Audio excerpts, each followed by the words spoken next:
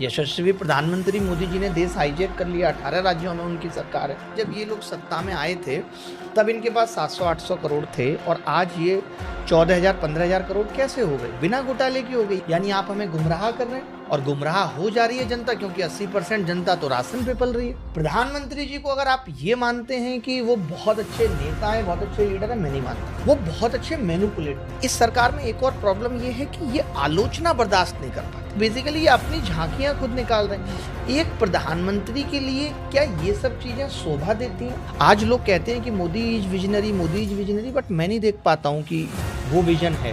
तो आपको कैसे पता कि उनका विजन देश के लिए होगा? हो सकता है उनका विजन पार्टी के लिए। उस जज का ट्रांसफर हो गया। ये चीजें क्या दिखा रही हैं कि आपका इंटरफेयर न्यायपालिका में भी है। सरकारों को बचाने चुनाव आयोग आ जाते हैं। चुनाव आयोग अपना काम नहीं कर रहा, रेल मंत्री अपना काम नहीं कर रहा। वो हर बात में, आप रेल मंत्री का कोई भी भाषण देख लीजिए, प्रधानमंत्री जी के नेतृत्व में।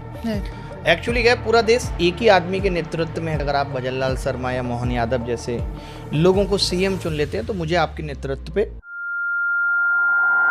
किसी भी राज्य में देखेंगे तो इनको 34-35% ही वोट मिलता है।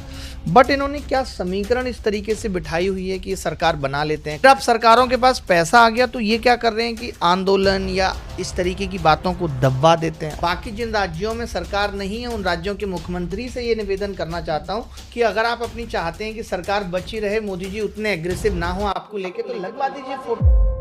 वोट के लिए लोगों के अकाउंट में 10-10 हजार रुपए की स्कीम चला दी तो बस वोट खरीदने वाली बात हो रही है। फिर काहे का लोकतंत्र है? लोकतंत्र इसको थोड़ी कहते हैं। हमारे देश के बिजनेसमैन क्या है, वो सरकार की नीतियों पे पल रहे हैं। जिस दिन सरकार जाएगी ये निपट जाएंगे। 2020 में कंपैरिजन कर लीजिए, Adani versus Ambani versus Elon Musk आज कहाँ पहुंच गया?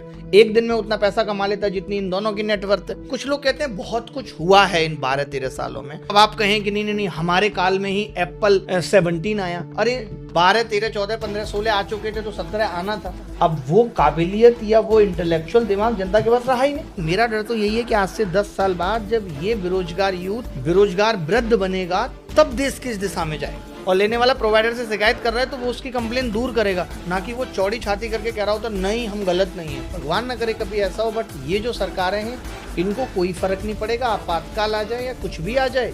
ये वो सरकारें नहीं है जिनको किसी के मर जाने से फर्क पड़ता है। इनके अंदर ये सब संवेदनाएं खत्म हो गई हैं। देश का वीकेस्ट प्राइम मिनिस्टर कौन हो सकता? कैसे नहीं होता मित्रों? वो जो मित्रों कह के हमने जिसको मित्र समझ लिया था, मन ना करे दोस्त ने वो काम किया है।